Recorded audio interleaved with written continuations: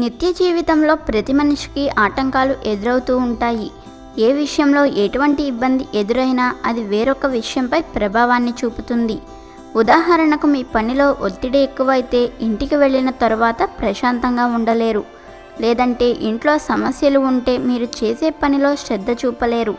ఇలా ఏ సమస్య వచ్చినా అది వేరొక విషయంపై ప్రభావాన్ని చూపుతూ ఉంటుంది. ఇలా ప్రతి మనిషి జీవితంలో ఏదో ఒక సమస్య ఉంటూ ఉంటుంది.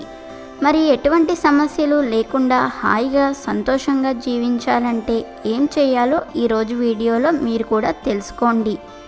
ముందుగా ఎటువంటి సమస్యలు రాకుండా ఉండాలంటే దేవుని మీద భక్తిని కలిగి ఉండాలి. దానితో పాటుగా ప్రతి బుధవారం నాడు ఇప్పుడు చెప్పే చిన్న పనిని చేయండి.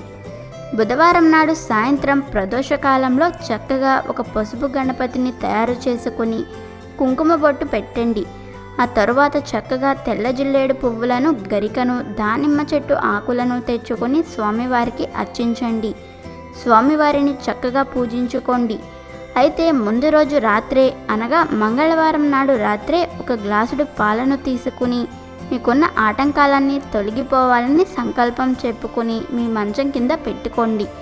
ఆ రోజు రాత్రంతా ఆ పాలను మీ మంచం కిందే ఉంచేయండి.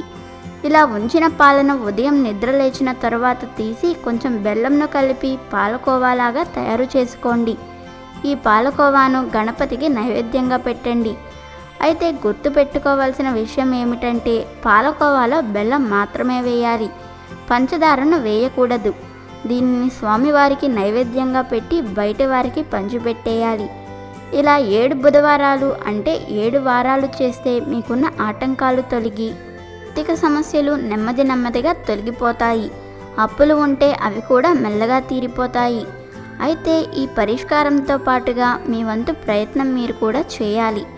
అంతేగాని ఈ పరిష్కారం చేసి ఇంట్లో కూర్చుంటే మీ దగ్గరకు డబ్బులు రావు. ఎన్ని పరిహారాలు చేసినా మానవ ప్రయత్నం లేకపోతే ఏవీ ఫలించవు. ఈ విషయాన్ని అందరూ గుర్తుపెట్టుకోవాలి.